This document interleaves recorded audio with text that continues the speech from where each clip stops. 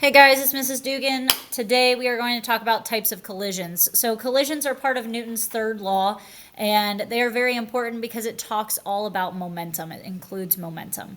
Now, I've already filled these two out because I tried to make this video and my computer died right as I was starting to get into it. So you have the ability to write this stuff down right now. I'm still going to talk through it, but we're going to keep trucking.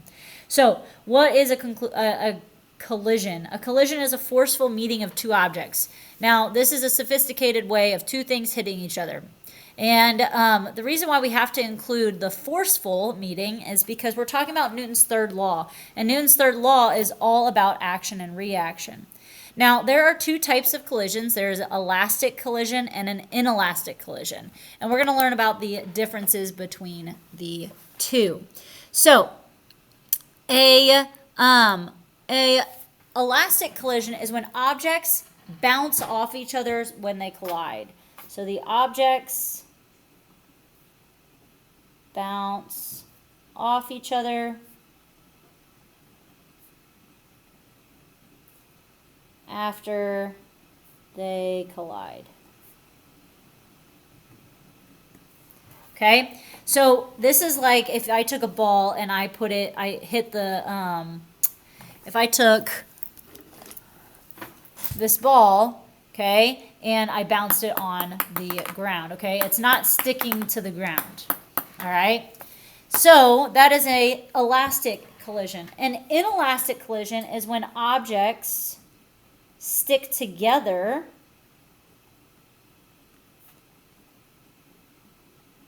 after they collide.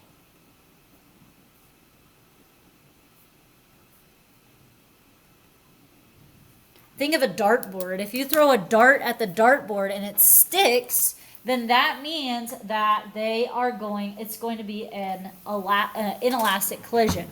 Or if you have two magnets that are going to come together, they're going to stick together and then keep moving.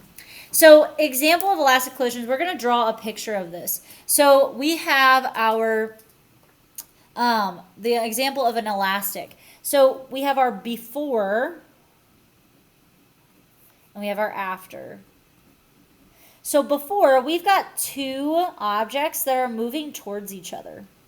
They're going to collide, okay? The best way to think of it is a car crash, unfortunately. So let's pretend there's test dummies, okay? So we've got two cars that are coming in towards each other, and they are going to hit. Now, typically when you see car crashes, they don't stick together. Instead, these are going to bounce off in different directions, okay? Now, an example of an inelastic collision is where we still have this before, they're moving towards each other, then they are going to stick together and move in the same direction. So, we have two objects, this is our before, they're moving towards each other.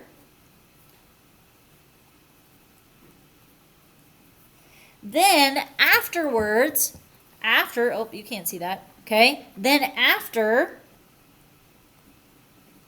what's going to happen is they're going to stick together and move in one direction. And usually it's going to be moving in the direction where there's more force, okay? It's going to move in the direction of more force. Now, what happens to the momentum? So we're taking all of this back into momentum because we know that momentum is something, it's the mass in motion or it's the resistance to stopping, okay? And we know if something has more mass or more velocity, then it's going to have more momentum. But where does the momentum go? Well, under the law of conservation of momentum, momentum cannot be created or destroyed, only transferred.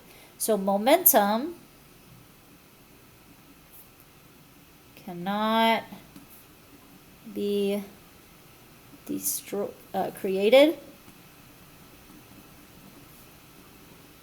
or destroyed, only transferred to another object.